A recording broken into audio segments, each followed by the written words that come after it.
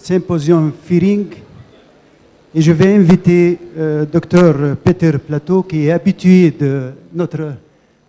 qui est devenu ami des Tunisiens et habitué de nos journées. Peter Plateau, il est diplômé de l'école de médecine en Belgique. Il est membre du Collège royal des obstétriciens et gynécologues, consultant senior en médecine de la reproduction à Bruxelles, auteur de plusieurs ouvrages. Il est co-chercheur principal dans différents essais cliniques internationaux. Donc, sans plus tarder, j'invite professeur Peter qui va nous entretenir de la stimulation ovarienne, le passé et le futur. Et j'invite, s'il vous plaît, l'assistant, moins de bruit, s'il vous plaît. Messieurs, s'il vous plaît, moins de bruit. À vous la parole, monsieur Peter. Merci beaucoup, monsieur le Président. La question que je me demande, c'est, après cette session, est-ce qu'il faut césariser une grossesse après FIV? Mais, bon, moi, je vais parler de la fertilité, qui est tout à fait différent. Et ici, je vous montre mon unité où je travaille depuis très longtemps, à Bruxelles. C'est l'unité de fertilité. L'année passée, on a fait 5300 pick-up. Ça veut dire qu'on était, il y a quelques années, les plus grands. Maintenant, on ne l'est plus. Il y a 3-4 unités chinoises qui nous fortement dépassé avec 12 000 pick-up, etc. Ah bon, les Chinois, c'est toujours plus fort. Et c'est là qu'on a commencé, il y a très longtemps, il y a 26 ans, l'ICSI. Je suppose qu'il y a beaucoup d'anciens d'ici dans la salle qui sont venus chez nous pour faire les workshops avec André Van Stertegem et De Vrouille pour apprendre l'ICSI. Juste en parenthèse, ça fait maintenant 5-6 ans qu'on a fait l'IMSI, qui était un peu le suivi de l'ICSI. Et je dois vous dire qu'on a fait pendant 3 ans, on a divisé les ovocytes entre ICSI et IMSI, c'est-à-dire 10 ovocytes, 5 on faisait avec l'ICSI, 5 on faisait avec l'IMSI, pendant 3 ans, et on n'a jamais vu une indication pour l'IMSI. Les résultats étaient toujours la même chose, les transferts étaient toujours la même chose. On a essayé de trouver des subgroupes en fertilité masculine très sévères, on n'a jamais trouvé. Et puis, après 3 ans, on a remis le microscope d'IMSI à la compagnie qui nous a prêté et on ne fait plus. Donc, c'est un peu le suivi de l'IMSI et on disait que oui, ce sont toujours les mêmes personnes qui font l'ICSI qui sont là maintenant. Après 26 ans d'expérience, s'ils font l'IMSI ou l'ICSI, c'est pour eux, c'est la même chose. Ils sont tellement experts de trouver le meilleur spermatozoïde. Bon, je ne sais pas, mais c'est juste entre parenthèses. Ici, je vous montre un petit peu où on est.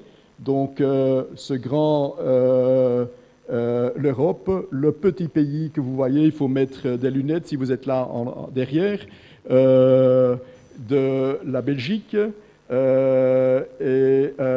Tout petit, mais quand même, et là vous allez dire, Plateau, maintenant il va parler du chocolat et de la bière belge, que je crois que ce sont les meilleurs au monde, mais en fait, maintenant, on m'a indiqué qu'on a les meilleurs diamants au monde.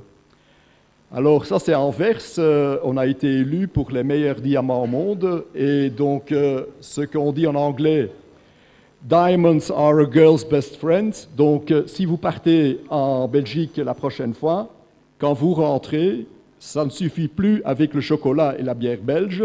Elle attend aussi une petite pierre d'Anvers. C'est juste un petit message, mais ça va vous coûter un peu plus cher que le chocolat qu'on a. Et puis, pour le plus important, le foot belge, c'est l'équipe à battre dans la finale en Russie. Vous voyez tous les grands joueurs, maintenant ils ne jouent plus en Belgique, c'est à Chelsea, c'est à Manchester United, Manchester City, Tottenham. Vous voyez là, à gauche ici, c'est celui-là qui a mis Ronaldo il y a 2 jours dans son truc, il n'a pas bougé. Il y a Napoli, il y a Liverpool, c'est vraiment l'équipe à battre et je crois qu'il y a des chances que la finale sera la Tunisie et la Belgique. Je crois que vous y êtes presque. Et bon, si vous voulez gagner de l'argent, je crois qu'il faut mettre sur la Belgique. Mais bon, on parle de l'histoire, du passé et du futur des gonatrophines. Et je vais vous parler un petit peu de l'histoire en Belgique. En fait, il y a très longtemps, en Belgique et partout dans le monde, on avait les HMG, on avait le Pergonal et l'Humégon de Organon et de Serrano, il y a très longtemps, pendant des années et des années, les années 80 et puis 90. Et puis, à un certain moment, et je me demande toujours pourquoi, mais à un certain moment, il y avait cette demande, je ne sais pas de qui, mais qu'il fallait avoir des gonatrophines pures. Alors, avec les HMG, il y avait de l'LH et de l'ACG combinés avec l'FSH. Et à un certain moment, quelqu'un a dit, mais non, non, il faut arrêter ça, il faut de l'FSH pur. Pourquoi? Je ne sais pas. Qui l'a dit? Je ne sais pas. Mais bon, c'était comme ça. Et donc, les marchés ont été inondés par l'FSH pur. D'abord Métrodin HP, très très pur. Et puis après, il y a eu les FSH récombinantes. Et en Belgique, c'était la même chose. Mais, donc, ce qu'ils ont fait, donc, on utilisait le Pergonal et l'Humégon. Et à un certain moment, les délégués des laboratoires Serrano et Organon nous ont dit, ben bon, l'Humégon, ça vient des religieuses du couvent en Hollande. Et toutes les religieuses étant insuffisance rénale, donc plus de pipi, ça n'allait plus d'Humégon. Il y avait l'usine de Serrano en Allemagne qui a été pris feu, fini pour le Pergonal, il n'y avait plus rien. Mais bon, sans problème, ici vous avez les FSH récombinantes. Oubliez qu'il y avait 3 fois plus de le prix que le Pergonal et l'Humégon. Et on était un peu coincés là.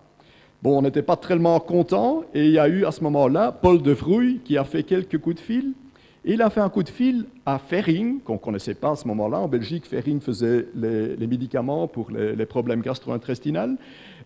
Mais on avait entendu qu'ils avaient aussi une gonatrophine. Et en fait, oui, en Allemagne, ils avaient le Ménogon. Et pendant 2 ans, on a importé le Ménogon. Puis soudainement, les religieuses au couvent en Hollande faisaient de nouveau du pipi, il y avait de nouveau l'Humégon qui passait dans le marché. On a dit, bon, maintenant c'est fini, on utilise le Ménogon, et puis, allez, et c'était à 3 fois moins le prix que les FSH récombinantes.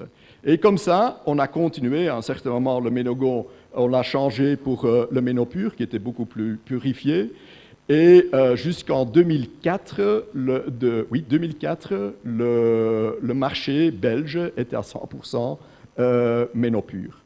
Et puis, bon, il y a eu des changements de loi et tout ça, et maintenant, le marché est complètement ouvert et on a toutes les gonatrophines que vous connaissez bien sur le marché.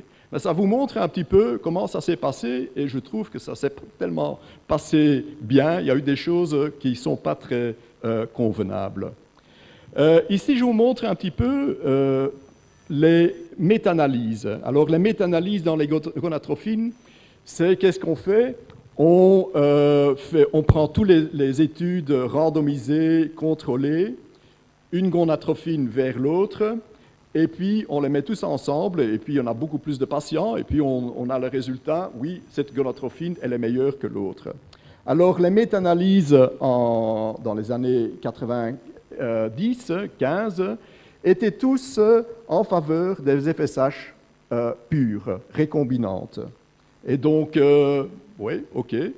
Et puis, quand on voit les méta-analyses dans l'année 2000-2003, c'était la même chose. Quand on comparait les FSH récombinantes avec les HMG, il n'y avait aucune différence. Et puis, dans les méta-analyses 2008-2009, c'est l'inverse. On a plus de grossesse si on utilise les HMG. Alors là, c'est vraiment grande surprise. D'un côté, avant, c'était l'FSH pur, et maintenant, c'est de l'autre côté. Comment ça se passe? Eh bien, je vais vous montrer pourquoi. Dans les méta-analyses au début, dans les années 90, on n'avait que les études qui étaient dans les années 80, où on n'avait pas d'agoniste ni d'antagoniste. Donc, c'était sans suppression, Et on comparait les deux. Et c'est vrai que si vous ne faites pas de suppression, apparemment, si on utilise une FSH pure, que ça peut donner de meilleurs résultats. Bon, maintenant, il n'y a plus personne qui utilise ces protocoles-là. On utilise les agonistes ou les antagonistes. Alors, dans les années 2000, il y avait beaucoup plus d'études qui sont sorties avec agonistes ou antagonistes, et ils ont équilibré les autres études où il n'y en avait pas d'agonistes ni d'antagonistes. Et puis en 2008, les gens ils ont dit, ben bon, c'est quand même, il faut être réaliste, on n'utilise plus ces schémas-là, on utilise toujours les agonistes et les antagonistes, donc on va utiliser pour les méta-analyses que des études qui ont été faites antagonistes-agonistes. Et là, vous voyez et qu'il y a une différence, et là, en 2009, une différence en faveur des HMG. Ça vous montre un petit peu comment changer la littérature dans ces gonatrophines. Ici, vous voyez une des dernières méta-analyses, et vous voyez, quand on prend toutes les études ensemble, on voit que si vous faites une stimulation avec une HMG, il y a plus de chances d'avoir une grossesse en FIV que si vous utilisez une FSH récombinante. Qu'est-ce qui est la différence? 3-4%. Bon, ça, ce sont des patientes normaux-répondeuses. 3-4% de plus en HMG. OK, bon, ce n'est pas négligeable, mais ce n'est pas le top. Mon problème avec ces méta-analyses, c'est que les HMG qui ont utilisé dans ces méta-analyses ne sont pas toujours les mêmes HMG. Ce ne sont pas les mêmes HMG en contenu de l'ACG. Ici, je vous montre l'ACG, qui est une molécule qui est tout à fait similaire à l'LH, à part qu'à la fin, elle a un carbotexminol peptide qui fait que la demi-vie de cette molécule est beaucoup plus longue que l'LH. L'LH, une demi-vie de 10-20 minutes, l'ACG, une demi-vie de 24 à 36 heures, dépendant de la personne qui est décrite dans la littérature. Mais donc, une longue vie beaucoup plus longue que l'LH. Alors ici, vous voyez un petit peu les préparations qu'on a utilisées auparavant et que maintenant, et vous voyez que le Ménopur ne contient 75% unités de FSH, mais ne contient pas d'LH et contient chaque ampoule 10 unités de ACG. Les anciennes, c'était Pergonal-Humégon, contenait LH et ACG, et bien sûr, l'FSH récombinante ne contient ni l'LH ni l'ACG. Ce qui est intéressant, c'est de comparer, par exemple, le Ménopur avec l'FSH récombinante. L'unique différence est ces 10 unités d'ACG, et là, on peut voir ce que ça fait avec nos patients. Alors, vous avez vu dans la première méta-analyse, oui, il y a une différence, 3-4% dans les normaux-répondeuses.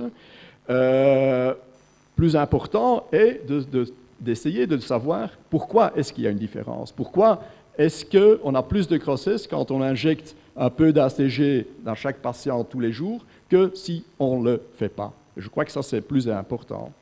Alors là, je crois qu'il faut aller voir pour les congeler. Moi, je me demande chaque fois, quand je vois un couple que la première fois, avec les embryons frais, il n'y a pas de grossesse, et puis, les embryons frais, ce sont les meilleurs embryons, on congèle ceux qui sont par définition moins bons, et puis on fait un transfert avec des embryons congelés dans un cycle tout à fait naturel, et puis on a la grossesse même gémellaire. Je me demande pourquoi, avec les meilleurs embryons, ça n'a pas marché, et puis avec les embryons moins bons, ça marche. Alors, soit c'était le biologiste qui s'est trompé, il vous a donné les moins bons au transfert frais, il a congelé les meilleurs. Ah bon, ce n'est pas tellement difficile de voir les meilleurs et les moins bons. Soit le gynéco, la première fois, il s'est complètement trompé dans son transfert, et la deuxième fois, c'était quelqu'un qui était très bon et les a mis au bon poste. Ou 3, je crois que, et c'est là la différence, que la première fois, dans un cycle frais, on a stimulé la patiente, on lui a donné des injections de gonatrophine qui ont fait quelque chose sur l'endomètre. La deuxième fois, en congelé, on ne fait rien. On laisse un cycle naturel. L'endomètre est tout à fait naturel. On les met au bon moment et clac, on a la grossesse. Et moi, je crois que pendant la stimulation, à cause de la stimulation, nous, on fait beaucoup de dégâts à l'endomètre. Alors, quel est le dégât? Ben, je crois que c'est la progestérone. On fait une stimulation, on fait des choses qui font que la progestérone augmente dans le sang de la patiente pendant la phase folliculaire. Alors, la progestérone, phase folliculaire pour l'endomètre, c'est pas du bon.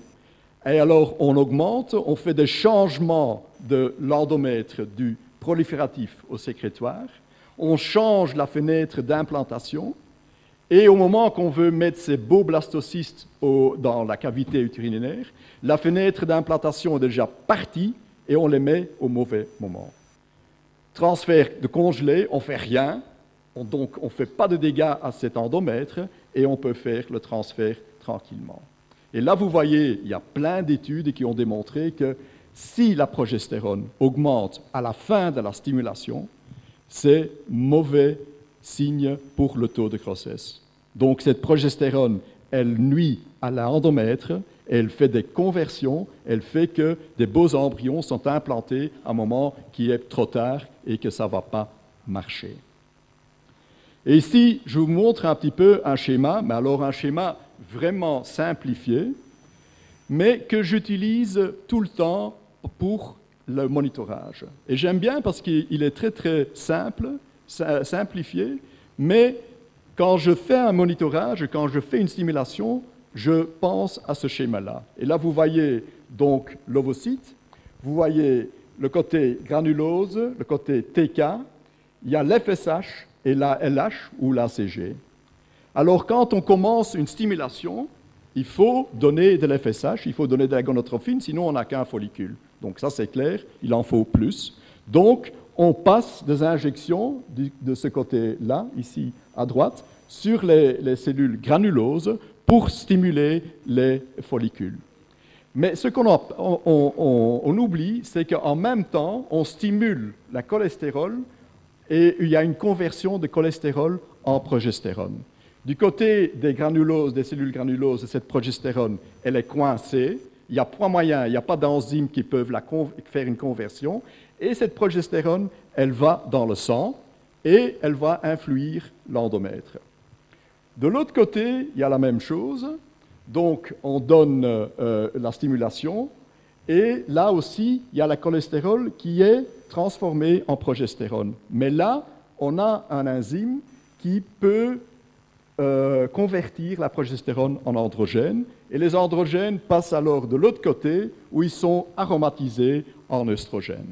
Alors, l'étape où il y a la conversion en progestérone, en androgène du côté de la TK, elle est influencée par les LH ou l'ACG. Et donc, de plus des LH que vous donnez, de plus d'ACG que vous donnez, de plus de conversion vous avez de ce côté-là de la progestérone en androgène et en œstrogène. Et est-ce vrai? Ben, quand on voit les études qu'on a faites, vous voyez, quand on stimule avec une préparation à l'ACG, comme le Ménopur, et quand on compare avec une FSH recombinante sans ACG, sans LH, vous voyez que l'œstradiol est beaucoup plus élevé du côté de Ménopur, ACG. La progestérone, qui pour moi est très important, est beaucoup plus basse à la fin de la stimulation, et les androgènes sont beaucoup plus élevés à la fin de la stimulation grâce à cet ACG. Donc, ce schéma-là. Ça veut dire que de plus que vous donnez d'FSH du côté de la granulose, de plus que vous avez le risque de convertir de la cholestérol en progestérone. Alors, moi, je vous dis, des doses très élevées, ce n'est pas bon. De plus que vous donnez de ce côté-là, de plus que vous avez le risque de convertir et d'augmenter la progestérone. Donc, je crois que un dosage assez faible est mieux pour les patientes que des dosages qui sont extrêmement hauts. Et là, je pense aux mauvaises répondeuses. Et là, je vois qu'il y a des mauvaises répondeuses qui reçoivent 300 unités, 450, 600 unités par jour. Je me demande pourquoi. Il n'y a que quelques follicules, on ne peut pas créer des follicules, ils sont là, on doit les stimuler. Il n'y a que quelques récepteurs. Je crois qu'avec une dosage de 150, ça peut aller bien. S'il est un peu obèse, ok, 225, mais pas des dosages très élevés, parce que si on fait un dosage très élevé, qu'est-ce qu'on fait? On augmente la progestérone, on aura la conversion de l'endomètre de prolifératif en sécrétoire, on va rater la fenêtre d'implantation et elle ne va pas être enceinte. Et les mauvaises répondeuses, elles ont une chance, parce qu'elles n'auront pas d'ovocytes en plus, pas d'embryons en plus, parce qu'elles sont des mauvaises répondeuses, donc il n'y aura pas ces congelés pour faire dans un cycle naturel, et c'est fini. Et c'est fini parce que, ouais, bon, c'est les mauvaises répondeuses, ça ne marche jamais. Non, parce qu'on a fait des dégâts à l'endomètre. Donc, je crois qu'il faut limiter le dosage. D'un autre côté, donner de l'LH, donner de l'ACG, donc cette progestérone qui est dans le corps de la patiente, elle va être convertie en androgène et en œstrogène, qui n'est pas un problème. Et si vous allez dire, OK, mais avec le Ménopur, avec l'ACG, vous avez un taux d'œstrogène beaucoup plus élevé, alors on dit, oh, oh, hyperstimulation, ça fait peur. Mais là, je vais vous montrer une étude qu'on a fait il y a très longtemps à Bruxelles. Pendant 6 mois, on a regardé, bon, c'était encore avec les protocoles longs, on a gardé un petit peu tous les patientes qui ont eu une hyperstimulation à Bruxelles. Et puis, on a gardé le taux d'œstradiol qu'ils avaient à la fin de la stimulation et le nombre de follicules. Et là, vous voyez, c'était donc tous des patientes qui avaient une hyperstimulation. Il y avait des patientes qui avaient beaucoup de follicules, une trentaine, mais un œstradiol très, très bas. Donc, vous voyez clairement qu'il n'y a aucune relation entre le taux d'œstradiol et le nombre de follicules et le risque d'hyperstimulation. Le nombre de follicules, là, c'est clair, plus que 12-13 follicules, là, la patiente, elle est à risque d'hyperstimulation, mais pas le taux d'œstradiol. Alors, les hyperrépondeuses. Et là, je crois, quand vous pensez au schéma, les hyperrépondeuses, ce sont des patientes qui ont plein de follicules. Vous voyez, ils ont plein de follicules, donc ils ont plein de cellules granulosas, plein de récepteurs, donc elles sont très, très sensibles à la stimulation. Donc, avec un peu de FSH, vous allez convertir le cholestérol en progestérone et vous allez avoir des problèmes parce que la progestérone, elle va augmenter. Est-ce vrai? Je vais vous montrer une étude qu'on vient de faire. Et en fait, l'étude était faite pour une autre raison. C'est une étude qu'on a pris tous les patients de Méga7, c'est une grande étude qui était faite entre Ménopur et FSH recombinante, et le mérite, une autre étude, et on a pris que les patientes qui avaient une AMH au-dessus de 5,2. Donc ce sont des hyperrépondeuses vraiment qui frôlent avec les OMPK. Et qu'est-ce qu'on est allé voir? On a demandé, est-ce que si on donne, et ce sont des patientes qui ont eu soit 150 Ménopur, 150 Gonalef, ou 225, 225, donc la même chose, et puis on est allé voir combien de patientes avaient plus que 15 ovocytes.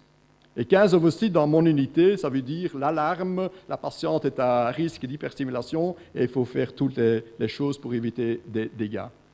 Et là, vous voyez que si on donnait le Ménopur de l'ACG, les patientes étaient nettement moins à risque d'avoir autant d'ovocytes qu'avec les FSH recombinantes. OK, donc plus safe, c'était bien. Mais quand on allait voir les taux de grossesse, vous voyez que ces patients qui avaient eu le Ménopur, qui à la fin avaient moins d'ovocytes, ils avaient 13, 11, ou quand on a pris toute l'étude ensemble, 12% de plus de chances d'avoir un bébé à la maison. J'ai montré la première méta-analyse qu'on parlait de 3-4%. Ici, on parle de double chiffre. 12% de plus. Et pourquoi? Parce que probablement ces 12% de plus d'un côté, c'était des patients de l'autre côté avec l'FSH recombinante qui avaient une progestérone très élevée. Ils avaient aussi des beaux blastocystes pour transférer, mais on les a mis à un moment que la fenêtre d'implantation était déjà passée et ça n'a pas pris. Et probablement, c'est là l'explication de la différence de taux de grossesse. Parce que ces patients ont tellement de follicules tellement de cellules granulosas qui sont très très sensibles à cette conversion de cholestérol en progestérone. Alors on va vous dire, ok, mais bon, si on a des ovocytes en plus, on peut les congeler et on peut faire des grossesses après. Ben oui, mais quand on voit ces études-là, dans les deux groupes, le nombre d'embryons congelés, le nombre de patientes qui avaient des embryons congelés était exactement la même chose. Donc ces ovocytes, en plus qu'on a avec les FSH recombinantes, ce ne sont pas des bons ovocytes, ça fait une sélection, c'est parti, ça ne donne pas des embryons à congeler.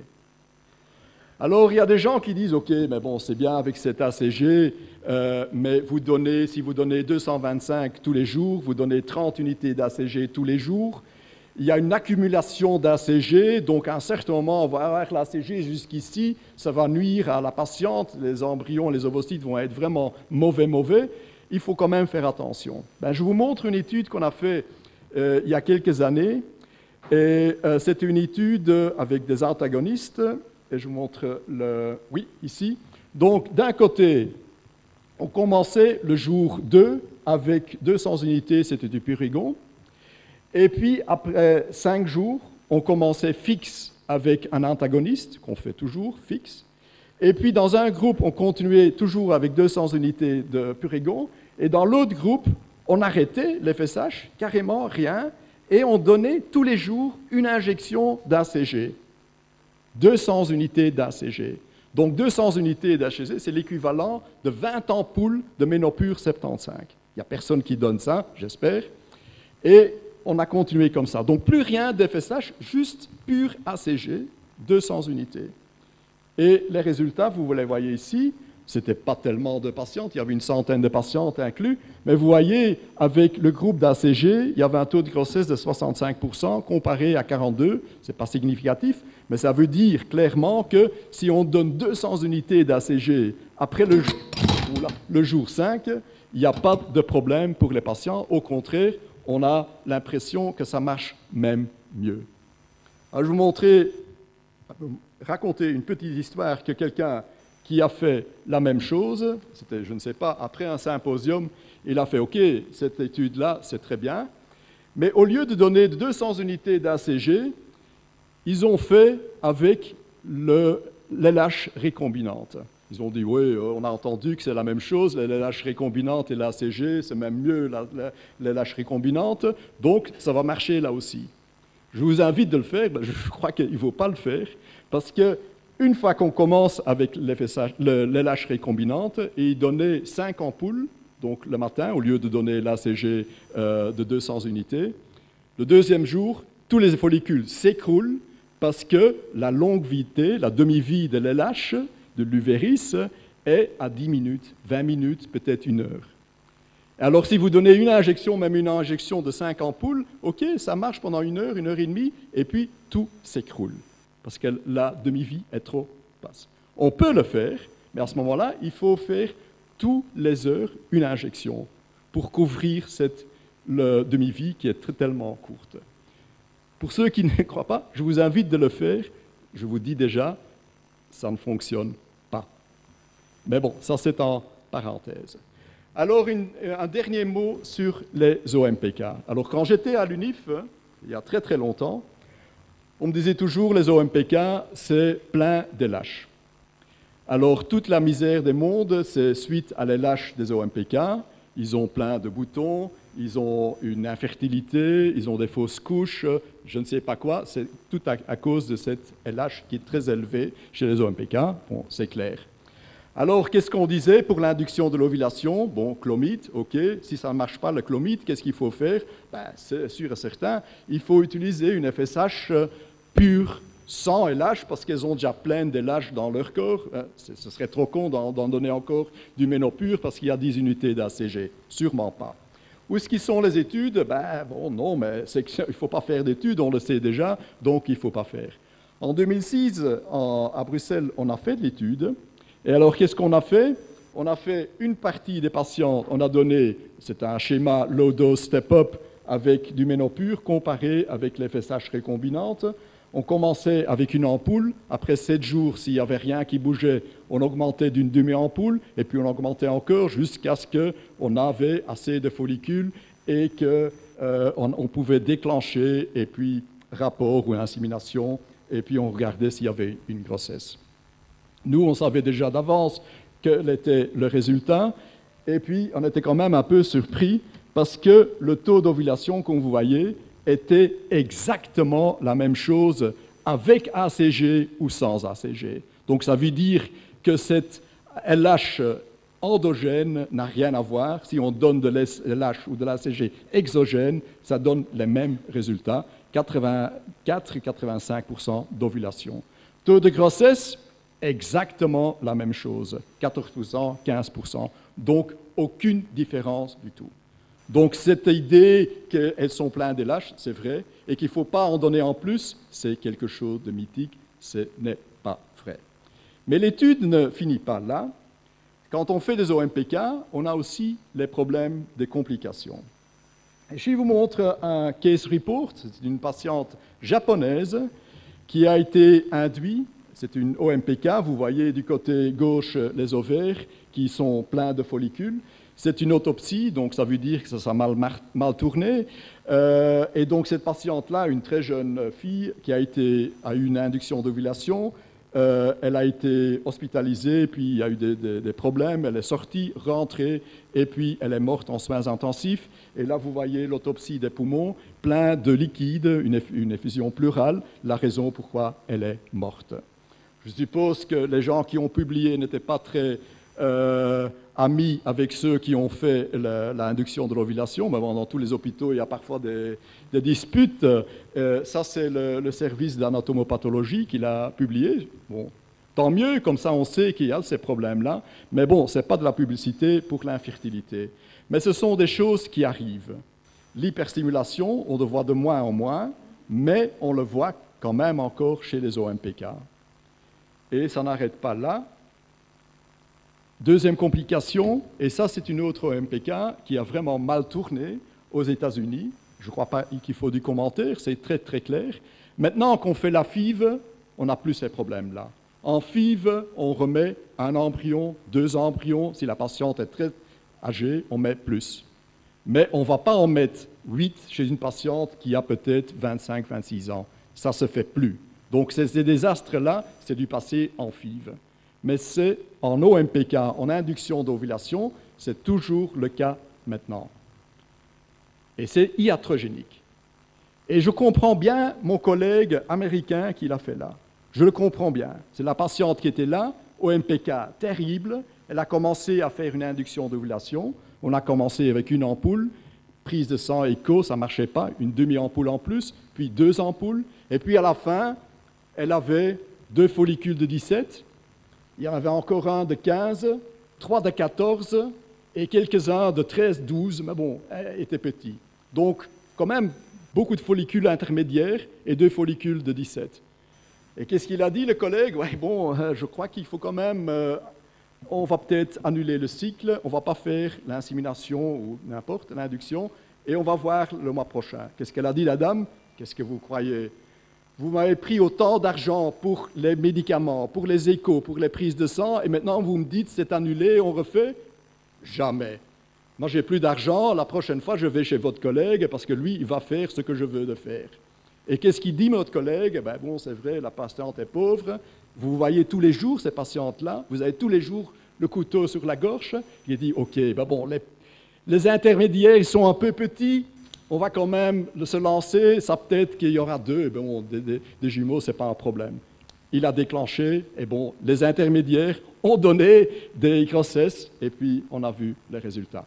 Tout à fait réel, et ça se passe jour en jour, avec les complications que vous voyez là. Alors, quand on voit dans notre étude, de nouveau, où étaient les complications, ben, vous voyez le taux d'hyperstimulation qui était tout à fait la même, il y avait peu de patients, donc on ne peut pas voir. Mais vous voyez, en taux d'annulation, la deuxième règle, on avait 5 fois plus de patientes qui ont été annulées dans le groupe d'FSH récombinante que dans le groupe de ACG avec le ménopure. Donc 5 fois de plus que le médecin, dans l'étude, a dit « Oh, on a des problèmes ici, on va risquer des grossesses multiples ou une hyperstimulation, on annule tout et on remet pour la prochaine fois.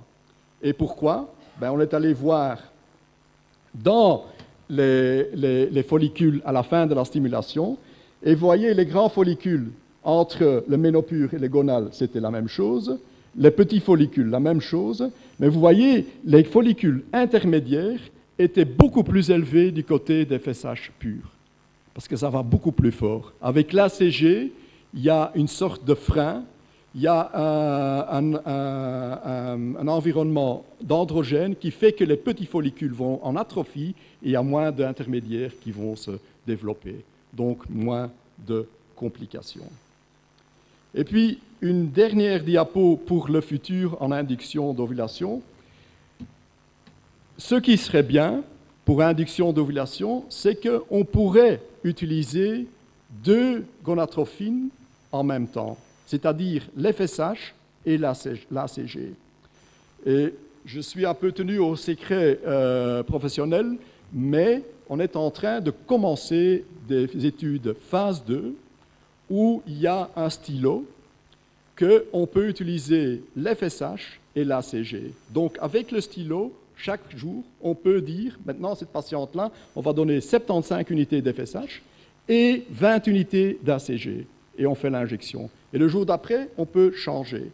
Alors, qu'est-ce que ça peut donner, par exemple, en induction d'ovulation, une OMPK? On peut commencer avec un dosage d'FSH de 75 et peu d'ACG, et une fois que vous voyez qu'il y a des follicules à 10-12 mm et qu'ils ont des récepteurs de LH, parce que quand ils sont petits, il n'y a pas de récepteurs, on peut augmenter l'ACG tous les jours et diminuer l'FSH. Qu'est-ce que ça va faire? Ça va faire que les autres petits follicules, parce que l'FSH diminue, ne vont pas se développer en follicules intermédiaires, mais le grand, le plus dominant qui était parti, grâce à ces récepteurs de LH, l'ACG, il va continuer à se développer et on va avoir un follicule.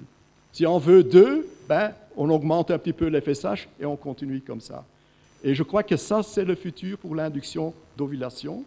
Et c'est le futur, pas encore l'année prochaine, mais dans les années qui viennent. On commence maintenant les phases 2 avec cette nouvelle préparation, mais je crois que là, on va faire la différence. Et il y aura des gens qui sont très forts en induction de l'ovulation parce qu'ils savent bien jouer avec les deux, l'ACG et l'FSH. Il y en a d'autres qui ont, comme maintenant, on y va directement 75 et on va voir ce que ça donne. Ça va montrer une différence entre des médecins qui connaissent bien et des médecins qui ne s'y connaissent pas du tout. Et ça, c'est la dernière diapo, c'est notre équipe à Bruxelles. Et bon, il y a beaucoup de cartoons. Je vous invite au musée des cartoons avec Astérix. Et là, vous voyez au milieu notre grand chef Paul de Vrouille. Il y a Van Stertegem avec la barbe. Et ici, à côté, il y a ma femme qui vient d'accoucher avec la dernière fille.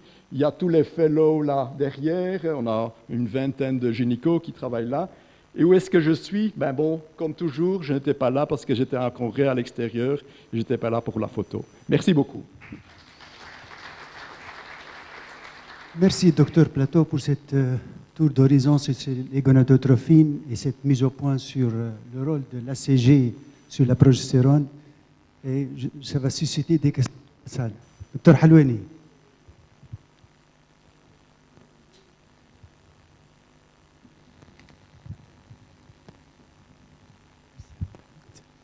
Je vous remercie de cette belle présentation, là où on voit la physiologie, la physiopathologie et on comprend bien le fonctionnement de ces hormones. Ce qui m'a impressionné, c'est l'effet HCG. Et je sais qu'en 2009, je pense, vous avez publié sur l'HCG 200 unités à partir de J6 et que ce travail, il est dans l'eau en fin de compte. Vous n'avez pas continué alors qu'on voit que les résultats sont meilleurs. Ouais. Alors, qu'est-ce que c'est ça? Est-ce que c'est un conflit d'intérêts ou bien c'est l'influence des firmes pharmaceutiques? Non. Je n'ai pas terminé mon histoire là-dessus, mais c'est une très bonne question. En fait, on avait fait cette étude et il y a la direction de l'hôpital qui avait entendu de l'étude. Et bon, eux connaissent ce qu'on dépense pour les gonatrophines chaque année, ce sont des millions. Ils avaient entendu que l'ACG 200 unités, ça coûte 2-3 euros, ça coûte rien. Ils avaient déjà fait le calcul, qu'est-ce qu'on peut épargner si on change tout le protocole qu'on fait normalement avec du 200 unités d'ACG. Ils avaient déjà même regardé avec ce budget-là, qu'est-ce qu'on peut faire, je ne sais pas où. Et bon, ils avaient raison, c'est vrai. Le problème est en pratique. Alors, quand on a fait l'étude, il y avait le pharmacien en bas qui préparait tous les matins les seringues avec 200 unités d'ACG. Et donc, nous, on a le Prégnil de 1500 et de 5000. Donc, bon, il faut quelqu'un qui s'y connaisse quand même bien pour diluer et prendre le taux juste. Et donc, chaque patient vient tous les matins pour l'injection sans problème. Le problème, c'est que, je ne sais pas si vous connaissez Bruxelles, mais c'est comme Tunis, le trafic pour arriver à l'hôpital, c'est pas du... Et tous les patients, tous les jours doivent venir, donc ce n'était pas faisable. Alors on s'est dit, OK, on va faire une lettre, comment fait le pharmacien, les patients peuvent le faire à la maison, et comme ça. 5-6 patients, ça marchait. La 7e, elle a injecté 5000 unités d'ACG, c'était fini. Et c'est là qu'on a compris, en pratique, c'est impossible. C'est pour ça que je suis tellement content, et je ne peux pas dire trop, mais Ferring a investi beaucoup dans cette nouvelle préparation qu'on va commencer maintenant, qui aura les deux en même temps, qu'on pourra faire les deux en même temps. Et je crois que c'est le futur. Mais bon, ce n'est pas encore pour demain.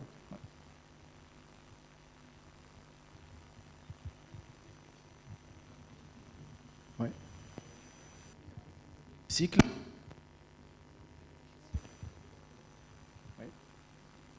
Micro, s'il vous plaît. Quand est-ce que vous... Je vous pose la question concernant la progestéronémie. Quand est-ce que vous la demandez dans le cycle, et est-ce que le jour de déclenchement, vous la demandez, et quand est-ce que vous dites « je ne transfère pas, je fais une prise ». Tout à fait. Bon, on n'avait pas le temps de parler là-dessus, mais notre monitorage est basé sur ce petit schéma que je vous ai montré, et basé sur la paranoïa de la progestérone. On a vraiment peur de la progestérone parce qu'on est convaincu qu'on a raté beaucoup de grossesses, beaucoup d'embryons qui étaient de très bonne qualité, qu'on a mis à un moment qui n'était pas bon. Et ça, on s'est rendu compte après toutes ces études-là.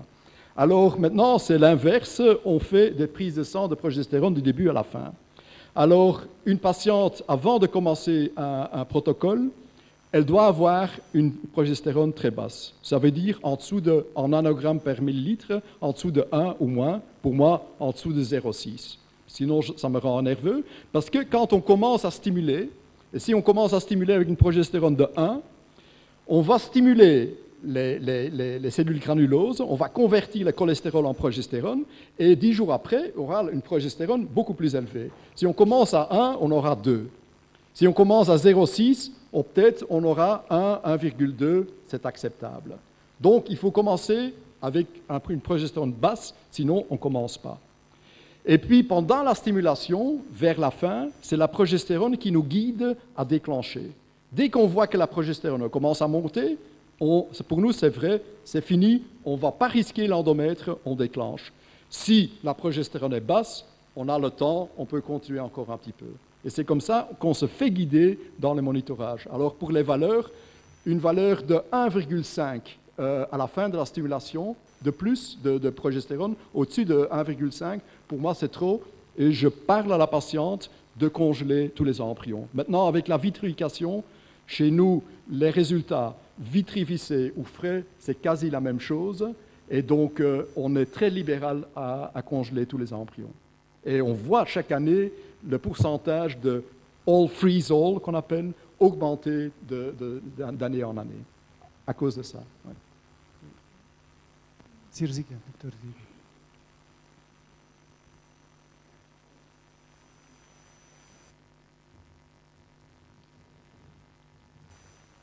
Sinon, il faut crier un petit peu.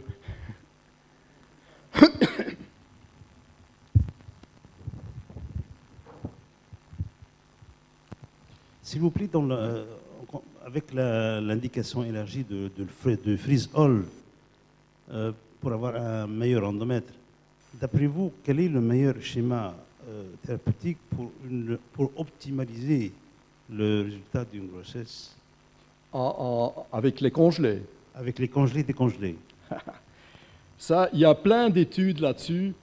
Donc, il y a les études cycle naturel. Donc, ce qu'on voit, on attend le pic des lâches et de là, on calcule pour le transfert. Ça, c'est le cycle naturel. L'inconvénient est que la patiente, elle doit venir tous les jours pour faire la prise de sang, pour voir le pic. L'autre inconvénient, si le transfert est samedi ou dimanche, le médecin doit venir à l'hôpital pour faire le transfert comme la biologiste. Et bon, on aime un peu de vie sociale, donc ça c'est l'inconvénient. Puis il y a le déclenchement, c'est-à-dire le jour 12, on fait une prise de sang, une écho, on voit qu'il y a un follicule de 17, le lâche n'est pas encore parti, on déclenche et puis de là on calcule pour le transfert. Ça c'est un cycle naturel un peu modifié. Et puis il y a le cycle tout à fait médicalisé, c'est-à-dire on commence avec l'œstradiol valérate, le Proginova, pour faire une suppression de l'ovulation et après 12 jours qu'il n'y a pas d'ovulation et que l'endomètre s'est bien développé, on donne de la progestérone et puis on programme le transfert. On a calculé, on a fait plein d'études pour voir quel est le meilleur résultat. Ben, pour la vie sociale, le dernier, c'est le meilleur, comme ça on peut éviter le samedi, dimanche pour faire des transferts. Mais en taux de grossesse, les trois protocoles sont les mêmes, exactement les mêmes. Donc il n'y a pas une différence, il n'y a pas un protocole qui est mieux que l'autre. Le premier est le moins coûteux en médicaments. Et bon, chez nous, il y a beaucoup de patients qui sont bio, nature, qui aiment bien la nature. Et comme on travaille 7 jours sur 7, on n'a pas de... Bon, avec tant de cycles, il faut continuer. Donc on fait les transferts le samedi et le dimanche. Mais il n'y a qu'une différence en taux de grossesse. On n'utilise pas les agonistes? Comment? On peut utiliser les agonistes? On peut utiliser les agonistes, et là on fait comme soit un protocole long, on fait d'abord la suppression, et puis on commence avec le Proginova. Mais bon, le problème est que là, ça dure 6 semaines, hein, non, 4 semaines quand même, et puis il y a l'agoniste aussi, que la patiente, c'est coûteux quand même, un décapeptyl-dépôt par exemple, mais bon, on peut l'utiliser, et les taux de grossesse sont identiques, sont très très bons, mais c'est plus médicalisé, ça dure plus longtemps avant qu'on fait le transfert. J'ai beaucoup aimé ta communication parce que on aborde beaucoup la physiologie et la dernière dia que tu as montrée vraiment va mimer la physiologie naturelle. Oui. Maintenant, il y a un concept nouveau qu'on entend dans les congrès, c'est la différence au niveau acidité de FSH. Je voudrais que tu me donnes ton avis. Oui, ben, là c'est un peu différent. Il y a des FSH qui sont... c'est une différence en glycosylation. Donc de plus ou de moins, c'est l'acidité ou moins. Et ce qu'on dit, on compare avec le cycle naturel qu'au début, s'il y a plus d'acidité, donc il y a plus de recrutement des follicules, et à la fin, il y en a moins. C'est comme ça que la nature l'a fait, et ce qui, probablement, la nature le fait toujours le mieux. C'est vrai, c'est bien. Le problème qu'on voit avec la glycosylation, c'est que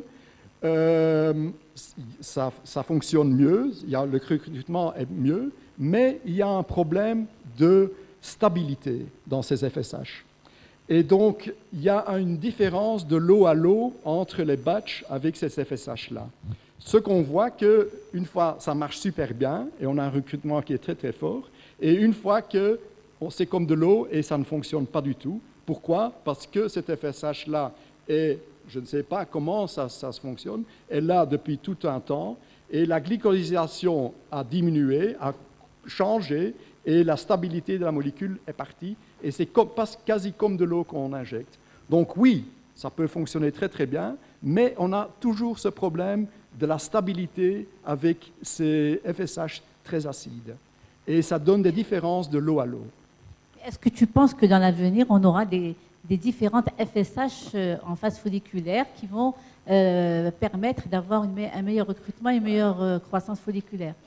En anglais, on dit « it's the wet dream hein? ». Ce serait super bien d'avoir cela, mais en pratique, je crois que ce sera très difficile de faire cela. Et il y a ce problème de stabilité avec ces molécules.